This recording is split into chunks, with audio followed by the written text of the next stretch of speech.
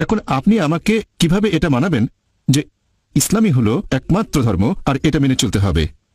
তো প্রিয় দর্শক, একটি খ্রিস্টান ভাই প্রশ্ন করলেন যে ইসলাম ধর্ম যে সঠিক ধর্ম হয় তা আপনি আমাকে প্রমাণ করে দেখান যে ইসলাম ধর্ম সবথেকে সঠিক ধর্ম। আর ইসলাম ধর্ম সঠিক ধর্ম কেন? আর তো অনেক ধর্ম আছে, কিন্তু ইসলাম ধর্মই কেন সঠিক ধর্ম? আমাকে ইসলাম ধর্ম মেনে চলতে হবে। তো এই নিয়ে মাশাআল্লাহ খুবই সুন্দর জবাব দিলেন সেই খ্রিস্টান ভাইটিকে। সরি প্রিয় ডাক্তার জাকির নায়েক।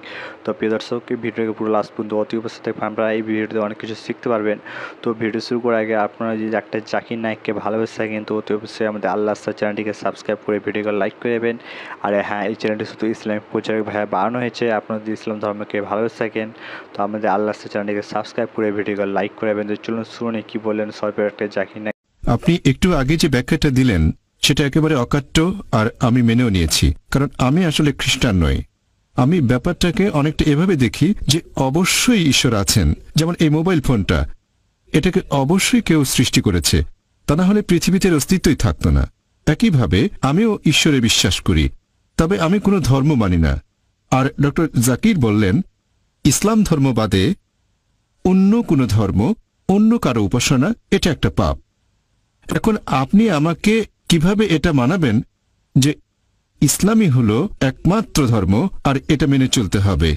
তবে সব ধর্মের মানুষ এরকম ভাবে অন্য ধর্মের লোকজন পাপ করছে, আর আপনিও বলছেন আমরা পাপ করছি। এখন এই জিনিসটা খুব কমন, এক ধর্ম আরেক ধর্মকে বলে খারাপ। ভাই, আপনি খুব সুন্দর একটা প্রশ্ন করেছেন। আপনার নামটা একটা খ্রিস্টান নাম, যদি আমি সঠিকভাবে শুনে থাকি। তবে বললেন যে আপনি খ্রিস্টান নন, আরো বললেন আপনি ঈশ্বরে বিশ্বাস করেন। মোবাইল ফোনের একজন স্রষ্টা আছে, এই যুক্তিতে আপনার ঈশ্বরে বিশ্বাস খুবই ভালো, আলহামদুলিল্লাহ, কংগ্রেচুলেশনস। তবে আপনি বললেন যে আপনাকে কিভাবে প্রমাণ করে দেখাবো যে আপনি মেনে চলবেন শুধু ইসলাম। আসলেই খুব ভালো প্রশ্ন ভাই। ইসলাম একটা আরবি শব্দ, হয়তো অর্থটা জানেন না। আরবির দরকার নেই, এটাকে সাইডে রেখে দেন। আপনি যেটা মেনে চলবেন, আল্লাহ পবিত্র কোরআনে বলেছেন সূরা আলে ইমরান অধ্যায় নম্বর 3 আয়াত নম্বর 19, ইন্না দীনা ইনদাল্লাহিল ইসলাম, একমাত্র গ্রহণযোগ্য দিন আল্লাহ সুবহানাহু ওয়া তাআলার কাছে সেটা ইসলাম। অর্থাৎ শান্তি অর্জন করা আল্লাহ তাআলার কাছে আত্মসমর্পণের মাধ্যমে। যদি ঈশ্বরে বিশ্বাস করেন যে একজন ঈশ্বর, আপনি কোনো ধর্ম বিশ্বাস করেন না। এখন ধর্মের সংজ্ঞাটা কি? ধর্ম মানে ঈশ্বরে বিশ্বাস করা। যদি বলেন ঈশ্বরে বিশ্বাস করি কিন্তু ধর্ম মানে না, এটা পরস্পর বিরোধী। দুঃখিত স্যার, অক্সফোর্ড ডিকশনারির সংজ্ঞা অনুযায়ী ধর্ম মানে অতি মানবীয় কিছু বা ঈশ্বরে বিশ্বাস করা যার আনুগত্য করা উচিত। যদি বিশ্বাস করেন একজন ঈশ্বর আছেন তাহলে তাকে মেনে চলতে হবে, ঠিক না ভুল সেটা আলাদা ব্যাপার। আপনি হয়তো জানেন না যে কোন গ্রন্থটা ঈশ্বরের বাণী, বুঝতে পেরেছেন? তাহলে যদি ঈশ্বরে বিশ্বাস করেন, সেই সৃষ্টিকর্তাকে মেনে চলতে চান নাকি চান না? হ্যাঁ, তবে সেটা তার আগে বিশ্বাস করতে হবে। আমিও একমত। আপনি তো সৃষ্টিকর্তাকে মেনে চলবেন, এখন সৃষ্টিকর্তা কি বলেছেন সেটা খুঁজে দেখতে হবে, ঠিক? তাহলে ভাই, আপনি মানলেন একজন সৃষ্টিকর্তা আছেন, তাকে বিশ্বাস করবেন, আর এটাও মানলেন যে তাকে মেনে চলতে হবে। আর ঈশ্বর আমাদের উদ্দেশ্যে বলেছেন আল্লাহর কাছে একমাত্র গ্রহণযোগ্য জীবন দর্শন আল্লাহ তাআলার কাছে আত্মসমর্পণ করা। ব্যাস। এখন আত্মসমর্পণ কি সেটা আলাদা বিষয়, ঠিক? মুসলিম শব্দটা ভুলে যান, ইসলাম শব্দটা ভুলে যান।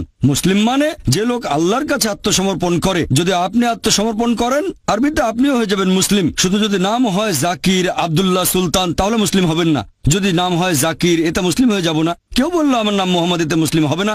মুসলিম শব্দটার মানে যে লোক শান্তি অর্জন করে আল্লাহর কাছে আত্মসমর্পণের মাধ্যমে। এখন আপনি জানতে চাচ্ছেন এটা কিভাবে বুঝবেন যে অমুক জিনিসটাই হচ্ছে ঈশ্বরের সত্যিকারের বাণী, ঠিক? সেজন্য আমার ভিডিও ক্যাসেট দেখতে পারেন, is the Quran God's word.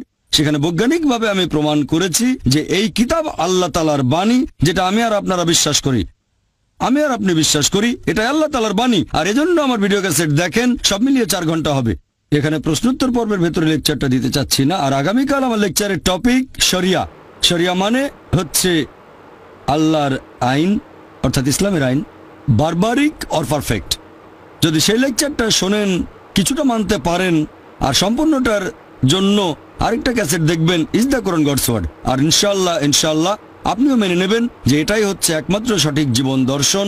নাম, আরবি নাম দেখে ভুলবেন না, মানুষজন দেখে ভুলবেন না, মানুষের কাজে ভুলবেন না, অনুসারীরা যা করে সেটা দেখে ইসলামকে বিচার করবেন না। যদি আপনি একটা গাড়ি সম্পর্কে জানতে চান, গাড়ি ড্রাইভার যদি গাড়ি চালাতে ভালো না জানে আর অ্যাক্সিডেন্ট করে, কাকে দোষ দেবেন? গাড়ি কেনা ড্রাইভারকে? ড্রাইভার। ড্রাইভারকে। তাই মুসলিমদের কাজ দেখে ইসলামকে বিচার করবেন না, বিচার করবেন একেবারে খাঁটি উৎস পবিত্র কোরআন নিয়ে। এই কোরআন দিয়ে যাচাই করবেন। যদি একটা গাড়ির ব্যাপারে জানতে চান সেটার ক্যাটালগ দেখবেন, এই মার্সিডিজ গাড়ির স্পিড কত, নিরাপত্তার ব্যবস্থা কি, গাড়িটার অ্যাভারেজ কত, ইত্যাদি ইত্যাদি। অথবা হুইলের পেছনে এমন কাউকে বসাবেন যে খুব দক্ষ ড্রাইভার। তাহলে ইসলামকে যাচাই করার জন্য যদি কোনো মানুষের কাজ দেখেন, সেরা উদাহরণ সর্বশেষ ও চূড়ান্ত নবী মোহাম্মদ সাল্লাল্লাহু সাল্লাম। তো মাশাআল্লাহ খুবই সুন্দর জবাব দিলেন সরপ্রিয় ডাক্তার জাকির নায়েক সেই খ্রিস্টান ভাইটিকে। তো প্রিয় দর্শক, এই ওয়াইসটি যদি আপনাদেরকে ভালো লেগে থাকে অতি অবশ্যই আমাদের আল্লাহ চ্যানেলটিকে সাবস্ক্রাইব করে ভিডিওটিকে লাইক করবেন। আর হ্যাঁ, দেখা হবে নতুন একটি ভিডিওর সাথে।